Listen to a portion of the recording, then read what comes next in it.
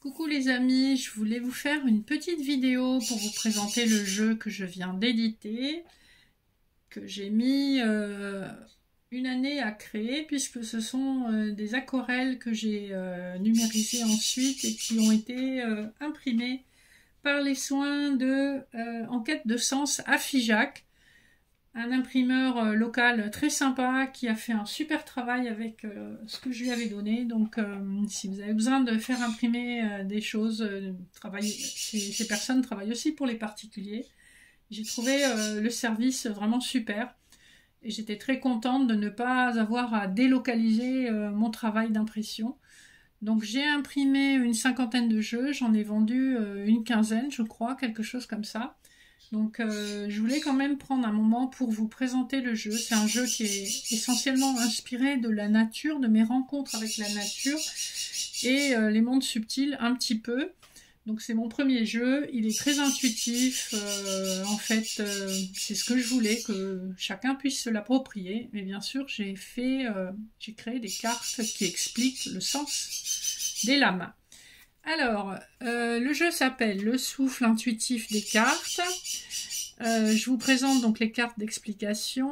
Vous avez deux exemples de tirage pour les personnes qui n'ont jamais tiré les cartes, mais si vous avez déjà tiré les cartes, je propose le passé, présent, futur et le tirage en croix parce que ce sont les plus abordables.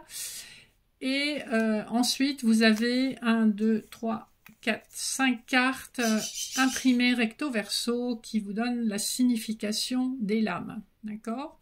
Donc c'est très facile à utiliser. Vous avez vos cartes de signification.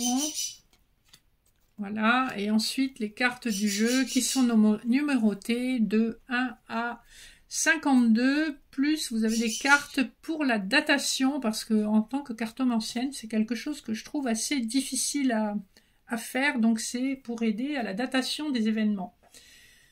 En sachant que normalement, je me suis inspirée du Béline pour ça. Les numéros qui figurent en haut de chaque lame sont les numéros de semaine. Donc vous avez des semaines de 1 à 52. Et ensuite, vous aurez occasionnellement des cartes qui correspondent à une datation. Par exemple, vous avez le 12, vous avez le 2. Et voilà, il y en a 12 comme ça qui sont mélangés dans le jeu. Là, j'ai déjà mélangé le jeu. Mais voilà, je voulais quand même vous présenter le jeu. Donc il est, vous voyez, de taille très confortable pour le mélanger. Vous avez le serpent, la marguerite, le nid. Alors ça, c'est la carte du 10.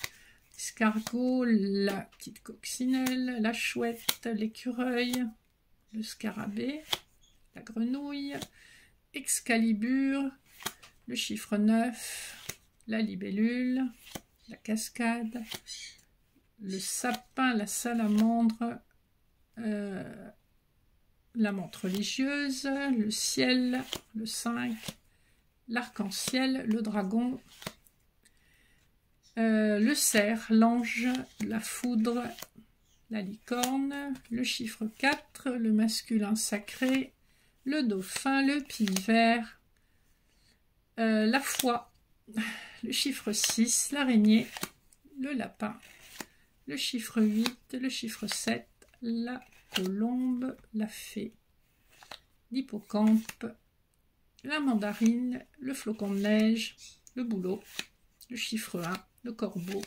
la jonquille, l'hirondelle, le chardonneret, l'oie, l'étoile de mer, la feuille, le phénix, la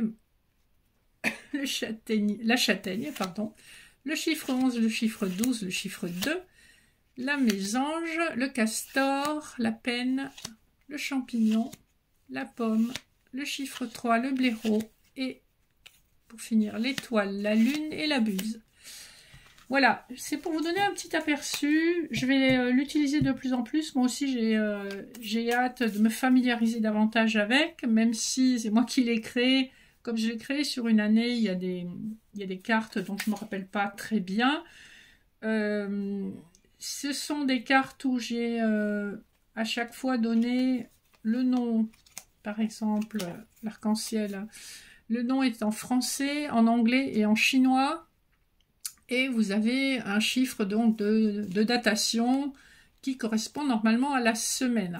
Je rappelle que normalement, quand vous utilisez la datation du tirage en croix, la carte la plus importante, c'est la première, et c'est elle qui va vous donner vraiment l'influence majeure sur la datation, à condition que les autres cartes n'aillent pas dans un sens inverse.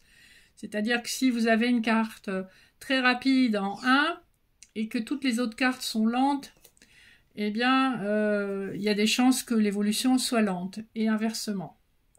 Si vous avez une carte très lente en 1, mais que toutes les autres cartes soient rapides, eh bien, peut-être que les choses vont se décanter plus rapidement que ce que vous pensiez.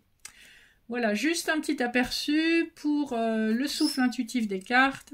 Si ce jeu vous intéresse, contactez-moi en MP, vous avez toutes les infos pour son achat.